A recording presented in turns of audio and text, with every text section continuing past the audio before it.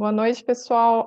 Meu nome é Ana Beatriz Assan. Eu vou coordenar essa sessão interativa de perguntas e respostas aos instrutores do curso Jornalismo Investigativo, da hipótese à construção da narrativa. A gente está recebendo hoje a jornalista Janina Senini, para falar sobre a aula de Introdução ao Jornalismo Investigativo, dados. Janina, antes de a gente abrir para perguntas, eu gostaria de pedir a você que nos contasse um pouco como e por que você escolheu essa profissão e qual foi a sua trajetória até aqui.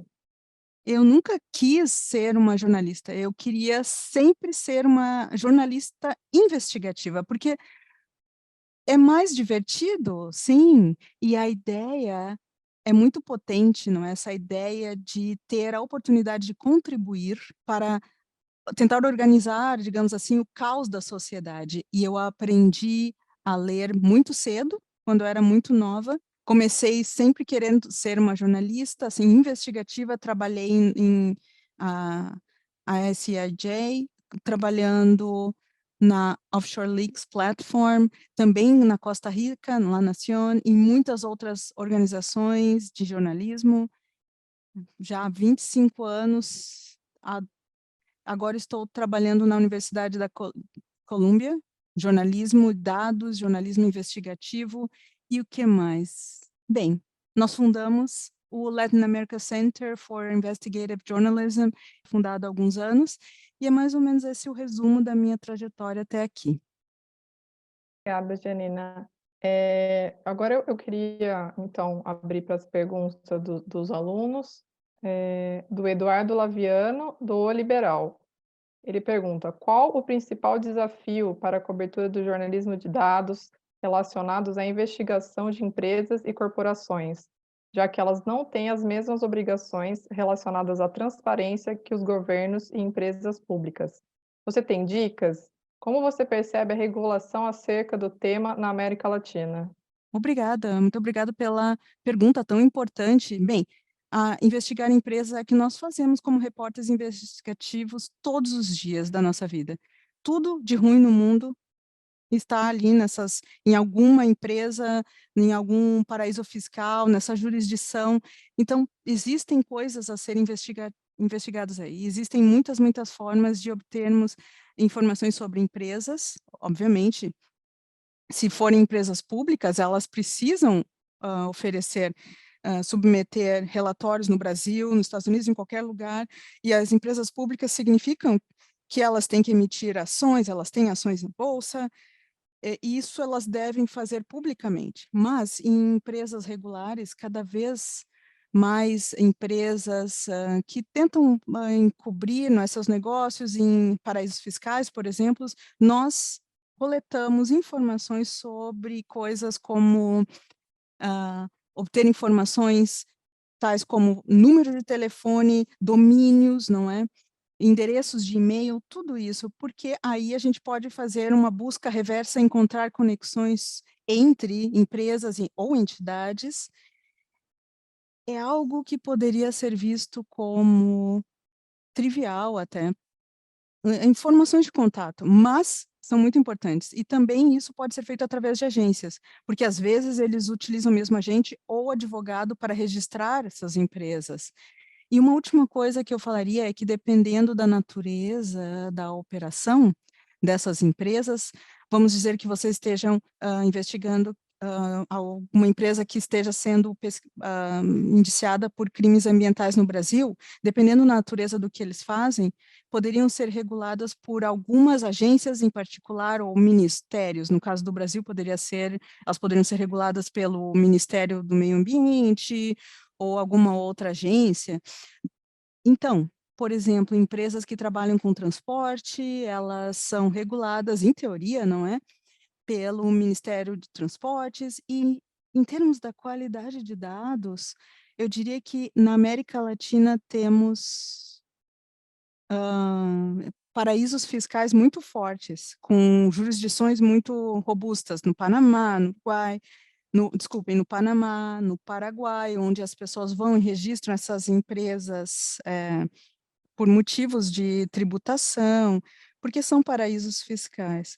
Esse é um problema que estamos enfrentando no momento, mas Eu acho que essas dicas são boas, ou seja, encontrar quem, ou saber quem regula, quem deve regular a atividade daquela empresa, e aí coletar e analisar as informações advindas daí, então, informações de contato para encontrar quais são as outras entidades relacionadas a essas empresas. Obrigada pela resposta, Janina. É, eu sou Karen, sou do Fala Roça aqui da Rocinha, no Rio de Janeiro. E eu queria saber quando que você se sentiu confortável para fazer uma reportagem investigativa, pois elas têm o costume de ser algo ligado a perigos, né? Tipo, ser uma situação meio perigosa que pode trazer problemas quando o jornalista não é tão renomado, assim, não tem essa garantia de uma empresa de jornalismo grande. Muito obrigada, Karen, por sua pergunta. É realmente muito importante, especialmente no momento, porque nós, jornalistas, estamos enfrentando uma época muito difícil nesses termos, já que líderes, até governamentais, eles estão contra os jornalistas muitas vezes, tornando tudo muito mais difícil, mas, por outro lado, nós temos aí aumento da criminalidade em vários locais, de aumento do crime organizado, etc. E, bom, vou dizer que lá na década de 90, bom, eu comecei a ser jornalista antes do advento da internet, não é? Então, era muito diferente naquela época, porque os jornais eram muito fortes, eles tinham mais força, não é? E aí as pessoas buscavam esses jornais, essas grandes empresas jornalísticas, para obter as notícias. E nós tínhamos lá uma equipe, a equipe, e uma pessoa da minha equipe até foi já baleada, foi alvo desse tipo de perigo, então realmente é uma preocupação. Eu acho que comecei a me sentir mais segura quando comecei a ter trabalhos colaborativos. Eu não sei se você já ouviu falar sobre o consórcio internacional de jornalistas investigativos, a ACIJ, é uma organização global que publicou o Panama Papers, não é? Tem todo esse projeto do Panama Papers, e a ACIJ já existe há uns 20 anos, e nós temos vários outros hubs, muitos outros centros que reúnem essas organizações, que têm precisamente essa missão, não é? Como que a colaboração leva a menor risco entre nós, jornalistas. Quando nós publicamos o Panama Papers, o governo ucraniano, na época, eles, ele, ele entrou no escritório lá na Ucrânia, e na Finlândia, um outro colega jornalista enfrentou uma pressão muito grande do governo local e de outras organizações locais. Então, quando você trabalha em conjunto, é mais difícil de sofrer esses perigos. Contar com o apoio de uma organização midiática é muito importante. Na época, nós também tínhamos o apoio de uma empresa jornalística, mas eu acho que ter um contato, ter uma rede de colegas, de jornalistas, isso diminui o risco, porque as pessoas ficam sabendo do que você está enfrentando. Isso aumenta a segurança. Também ter protocolos de segurança é muito importante. Temos aí um comitê de proteção aos jornalistas, o CJI, que é uma comissão de proteção de jornalistas investigativos, que treina e tem treinado já milhares de jornalistas em relação a isso. Não se trata só de saber como usar a tecnologia, mas sim de uma perspectiva. Você tem que aprender a cuidar de si próprio em certas ocasiões. Então, recomendo que vocês façam alguns desses cursos, não é? E porque qualquer jornalista, qualquer pessoa que faça jornalismo hoje está sim enfrentando o risco. Então, aconselho que vocês busquem essas informações sobre como se protegerem. Obrigada. Obrigada, Janina, pela resposta. Eu vou ler agora uma pergunta que chegou pelo chat, do Eduardo Miranda, do Correio do Estado, Campo Grande, Mato Grosso do Sul. Quando se coletam muitos dados, qual o melhor caminho para se definir enfoques das reportagens? Gostaria de dicas de como encaixar bem os dados na narrativa da história a ser contada. Muito, muito obrigada pela pergunta, Eduardo, pela pergunta muito boa também. Não existem receitas, mas eu posso dar algumas dicas para vocês. Bom, a primeira é que os dados não são algo separado, dados são uma outra ferramenta numa grande caixa de diferentes ferramentas. Então, os dados não é, assim, integrar os dados numa narrativa, não se trata disso. A análise dos dados permite que vocês encontrem a história, em primeiro lugar. Então, vamos dizer, por exemplo, que você está ali lidando com dados georreferenciados, geocodificados em diferentes lugares do Brasil, e aí você está tentando correlacionar isso com um outro banco de dados de empresas que operam naquelas áreas, para tentar entender qual é a sobreposição, qual é a história aí.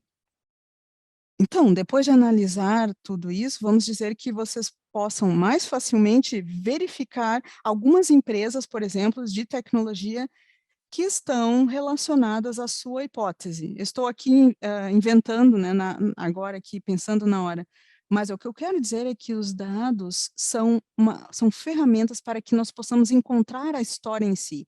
Em relação à escrita, e também uma outra parte da sua pergunta importante, não é? A narrativa. Como tratar essa narrativa? Eu acho que as melhores histórias de dados que eu já vi são aquelas que nem têm dados em si. Algumas pessoas acham que os dados têm que estar ali na história, encher a audiência de dados e números e coisas assim, mas não é verdade. O melhor é usar menos dados. E aí, talvez usar esses dados em animações, em gráficos, não é, em tabelas, para integrar esses dados na narrativa. Mas a função mais importante dos dados no jornalismo, eu diria que é literalmente permitir que vocês interroguem milhares de registros em segundos. E se pensarem de forma inteligente, vocês podem encontrar boas histórias por meio da análise de dados inexplorados. Obrigada, Janina. A Margarete Grilo, da Tribuna do Norte, ela faz 2 perguntas, então eu vou fazer uma por vez. Em que momento você decide parar a investigação e publicar? Você já desistiu de uma investigação que travou, não avançou? Como contornar numa dificuldade dessa? Bem, que ótimas perguntas, ótima pergunta também. Bom, em relação à primeira, eu diria que esse é o pesadelo para qualquer jornalista investigativo, porque você poderia acabar num buraquinho de coelho, não é? Ir cavando, cavando, num buraco sem fundo. Mas, para evitar isso, nós precisamos ter uma hipótese. Geralmente, eu tenho, para qualquer projeto, nós temos uma a hipótese. No projeto que eu estou trabalhando agora, nós temos 3 hipóteses: hipótese mínima, hipótese máxima e uma no meio. Então, aí, a partir dessas hipóteses, vocês podem distribuí-las em em pequenas partes e pensar que tipo de prova eu preciso para provar essa hipótese. Daí você pode acabar pensando, bom, essa hipótese não é mais válida, porque não me trouxe nada de válido, nada de factível. Ou seja, você tem que organizar a sua cabeça para saber exatamente o que você quer obter e se consegue provar. E com os dados, alguns projetos que nós iniciamos com dados, nós não temos necessariamente uma hipótese, mas nós temos perguntas.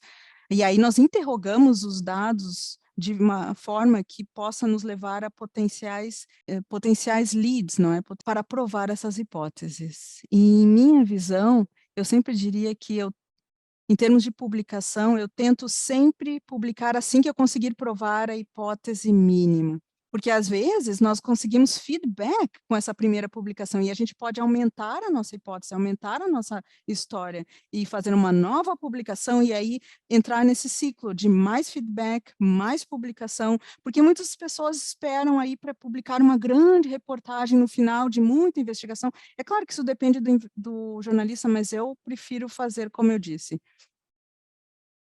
Eu tive 3 investigações que eu não consegui provar até o dia de hoje. Eu não consegui provar essas 3. E por que isso aconteceu? Eu diria que, bom, uma delas, nós estávamos investigando o negócio do Donald Trump em todo o planeta, aqui na universidade.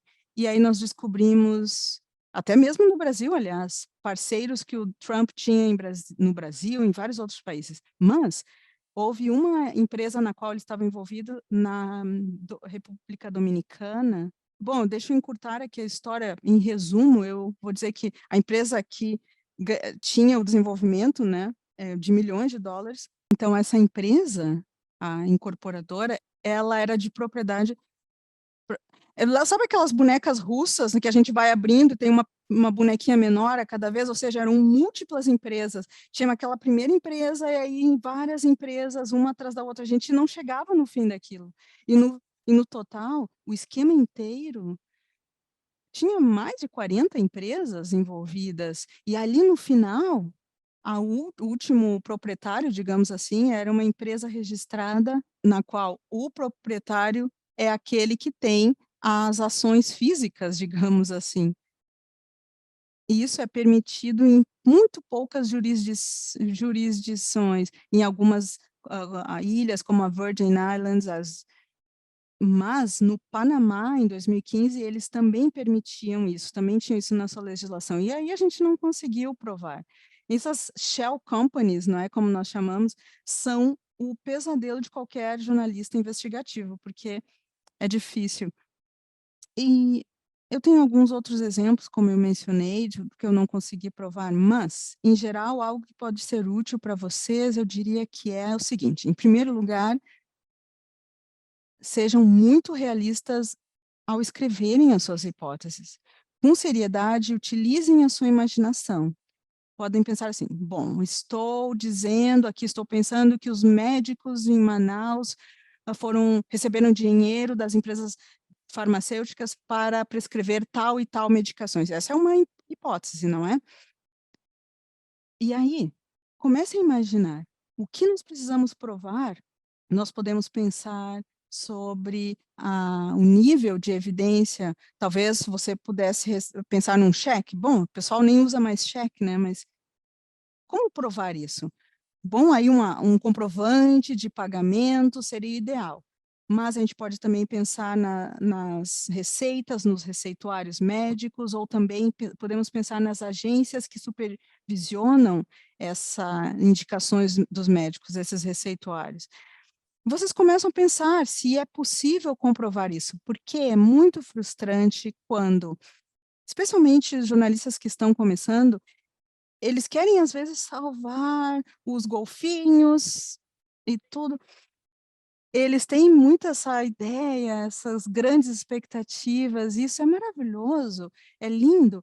Contudo, é bom também começarmos com os pés no chão, com uma investigação bem delimitada. Bom, quero provar que esse grupo de médicos receberam tal e tal dinheiro. E aí eu penso num plano para provar isso. Também é muito importante que vocês saibam e que conheçam as áreas nas quais estão trabalhando. Vocês precisam conhecer todos os detalhes em relação ao acesso às informações, como solicitar esse acesso, e também conhecer a natureza da informação com a qual estão lidando, porque algumas informações são muito privadas, como nosso colega perguntou antes, em relação a empresas privadas e operações privadas, elas são difíceis de ofertar dados nesse ponto, mas eu acho que essa é a melhor forma. Ao começarem, tentem ser realistas, factíveis, é como testar a sua ideia. Devotem um tempo para testar a sua ideia. Porque se vocês entrarem nesse poço sem fundo, vocês vão continuar ali como se estivessem navegando sem bússola e podem se perder, ok? Obrigada, Janina. A Margarete, ela tinha uma segunda parte da pergunta dela. Ela gostaria de saber que metodologia você acha mais viável para análise das redes sociais? Well, bem, depende do que vocês querem obter, porque temos múltiplas formas de analisar as redes sociais, não é? Mas depende. Bom, você pode me dar um exemplo? Deixa eu ver. Eu posso dar um exemplo sobre isso, de analisar as redes sociais.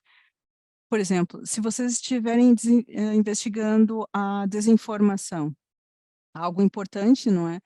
E as mídias sociais estão cheias de desinformação, vocês podem coletar dados utilizando hashtags, por exemplo, e analisar em grupos, criar clusters, não é? Grupos relacionando aquelas hashtags. E assim você tem múltiplas ferramentas adicionais.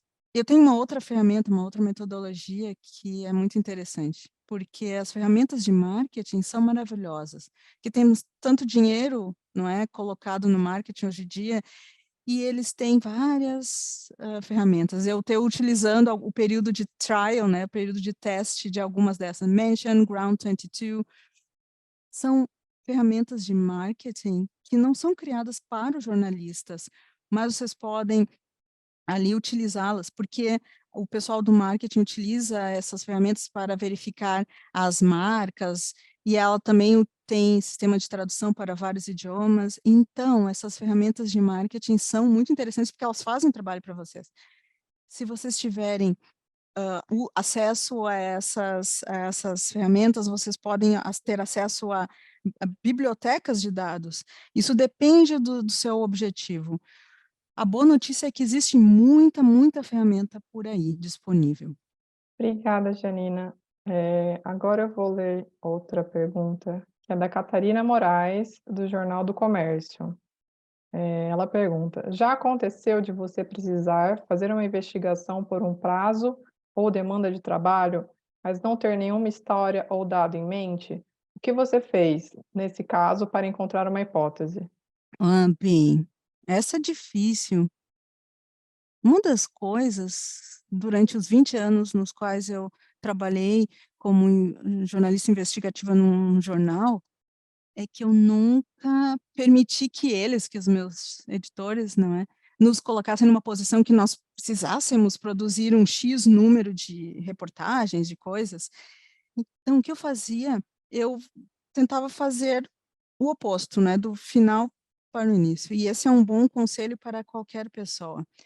Ter 3 telas ou 3 projetos ao mesmo tempo, ou seja, você sempre tem algum projeto maravilhoso, que é o seu projeto de longo prazo ou de médio prazo, que você adora, mas você não tem tempo de trabalhar, não é? Você não tem tempo de trabalhar porque você tem que dar alguma reportagem para o seu editor, não é? Tem que alimentar o monstro. Então, é bom ter essas 3 telas, essas 3 investigações. E aí o que nós fazíamos era utilizar dados para, de forma mais fácil, pensar numa história inovadora, que vocês podem rapidamente escrever, não é? Pensar numa reportagem, talvez em uma semana ou algo assim, nesse prazo. E aí, você tem que ter uma de curto prazo, uma de médio prazo e uma de longo prazo. É claro que isso tudo depende dessa ideia, não é de se organizar para trabalhar dessa forma, mas estrategicamente funciona muito bem, porque você está produzindo algo bom e, ao mesmo tempo, você está investindo tempo em projetos que vão atender a objetivos de maior prazo. Eu sei que nem toda redação permite tempo para que um jornalista seja um jornalista investigativo em tempo integral, portanto, essa seria uma boa estratégia. Obrigada, Janina. Você falou agora dessa ferramenta, eu ia perguntar para você mesmo, quais ferramentas você indica para quem está começando no jornalismo de dados? Durante a sua aula, você mostrou várias investigações e eu acabei ficando curiosa de algumas das ferramentas que estavam por trás ali daquelas investigações. Obrigada, Ana, pela pergunta. Bem, existem muitas ferramentas. Eu tento ensinar sem tanto foco nas ferramentas, porque você sabe que as ferramentas vêm e vão, não é? E as coisas mudam rapidamente, muito rapidamente agora, com a inteligência artificial, em particular. Dessa forma, eu acredito que podemos pensar dessa forma. E existem coisas muito impressionantes acontecendo, sendo desenvolvidas. Essa aqui, a Shodan é uma ferramenta muito nova. Vocês precisam criar uma conta para usar. Literalmente, ela mostra os endereços de IP para câmeras. Vocês podem pesquisar na sua cidade, num mapa, eles têm diferentes opções, não é? Eu estou testando. Vocês podem fazer uma atualização e passar para a conta profissional, ou se você está na academia, tem vários tipos de conta. Mas eu adoro essa ferramenta, entre as que eu estou testando, ela é interessante. É o Google da internet das coisas, digamos assim. Shodan é o Google da internet das coisas. E cada vez mais nós teremos não é? Com a internet das coisas, vamos ter as nossas máquinas, em casa, máquina de lavar, geladeira, tudo conectado à internet. E essa aqui é o Google da internet das coisas. É muito bom para investigar domínios e se quiser verificar algumas dessas coisas. Às vezes você tem o domínio de uma empresa que você está investigando e você quer saber se aquela empresa foi criada ou tem outros domínios. Vocês podem buscar isso nessa ferramenta, por exemplo. Bom, em termos de fontes, para dados internacionais, temos aqui o Comtrade, é outra ferramenta, fala sobre comércio internacional, vocês podem exportar os dados, ela é ótima. Bom, só com esses bancos de dados, vocês podem fazer coisas maravilhosas em qualquer país. Temos aqui o Global Brand Database, é o banco de dados de marcas. Então, se houver um logo registrado, uma marca registrada, qualquer estado no Brasil, se estiver registrada, está lá nesse site, certo? É um banco de dados de marcas. E vocês podem fazer um upload da seguinte coisa. Vamos dizer que vocês estão investigando uma empresa e vocês forem lá, vocês vão ali no pesquisar por logo, vocês podem fazer o upload da imagem da logomarca, do logo dessa empresa que vocês estão investigando, vocês fazem o upload desse logo e ver se tem outras marcas ou marcas relacionadas a este logo registradas. É muito bom para obter informações sobre empresas privadas, não é, que também está relacionada a uma das perguntas anteriores. Essa aqui, a Icarus Flights, é uma ferramenta desenvolvida por Cleantech de Washington. Não sei se vocês têm acesso, mas ela é louca, né? Os dados que a gente consegue com essa ferramenta são impressionantes. Se vocês tiverem o número de licenciamento de um avião de qualquer parte do mundo, vocês vão entrar nessa ferramenta e vocês têm todos os dados de onde esse avião foi, para onde ele foi, em toda a história dele. Ele utiliza a radiofrequência, algo muito inovador. Se vocês estiverem investigando algo relacionado a voos ou aviões, por exemplo, nós sabemos que o crime organizado usa muito esse tipo de avião, a gente usa muito para verificar onde estão os aviões e qual é o histórico de pousos e voo, não só para aviões, mas também para navios, embarcações.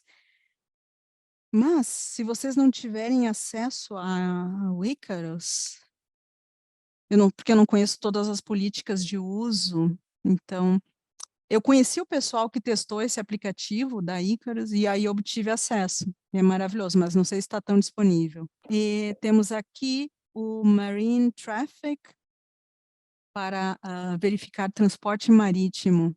Muito interessante. O Sérgio perguntou aqui também, tem alguma ferramenta para identificar proprietários de barcos e iates particulares? É preciso criar uma conta. É Equasys. É o banco de dados global para quaisquer embarcações no mundo inteiro. não os pesqueiros, não é? Porque, por lei, os barcos pesqueiros não têm que se registrar.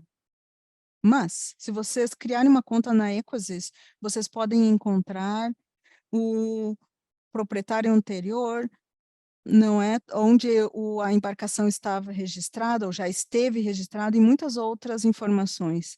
E uma última fonte para iates, temos ali uma outra ferramenta para iates, que é a seguinte. Ship Spotting. É um site, porque muitas pessoas têm o hobby de tirar fotos desses navios, dessas embarcações, quando elas estão nas marinas, nos portos, e ali, essa é uma outra fonte. Vocês podem buscar aí onde esteve a embarcação, entre outros dados. Bom, a principal fonte de dados é a IHS, é uma empresa, é muito caro. Eu tinha acesso ao banco de dados marítimos. E também ali, nesse banco de dados, eles tinham vários dados. Mas, porque as embarcações são muito caras. Pensem ali, às vezes, algumas embarcações custam 200 milhões de dólares. E aí, a criação de empresas, ou empresas que são criadas com o único propósito de ter essas embarcações, de ter a propriedade. Às vezes na Marshall Islands ou Libéria, em algum país assim. Obrigada, Janina. Eu quero dizer uma coisa, vocês têm que ser louco se quiser ser um jornalista investigativo nos dias de hoje, mas espero que vocês sejam loucos o suficiente para continuar na sua jornada, porque o mundo precisa de todos vocês. Então, é isso. Gostaria de agradecer à Brage, ao Sérgio, a todos por esse projeto. Fico muito feliz, muito empolgada ao ver o entusiasmo de vocês. Então, eu queria agradecer a Janina pela sessão, pelos ensinamentos de hoje,